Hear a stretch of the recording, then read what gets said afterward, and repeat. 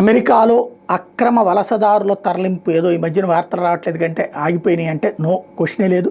సరైన పత్రాలు లేవనే పేరుతో అక్రమ వలసదారులను తిప్పి పంపిస్తున్నటువంటి దానికి తాత్కాలికంగా నిలిపేయాలని న్యాయస్థానం ఆదేశాలు ఇచ్చినా కూడా డొనాల్డ్ ట్రంప్ యంత్రాంగం వెనుకడిగేయలేదు. వెనిజులాకు చెందిన కొన్ని వందల మందిని తాజాగా ఎల్ సాల్వడార్కి పంపించింది విమానాలు.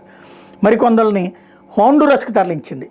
వీళ్ళు కాళ్ళు చేతులకు సంఖ్యలేసింది. ఈ విషయాన్ని న్యాయవాదులు శనివారం అమెరికా డిస్ట్రిక్ట్ జడ్జి జేమ్స్ బోస్బర్గ్ దృష్టికి తీసుకెళ్తే విమానాలను వెనక్కి రప్పించాలని న్యాయమూర్తి మౌఖికంగా ఆదేశిస్తే దాన్ని రాతపూర్వకంగా ఉత్తర్వులో మాత్రం చేర్చలేదు.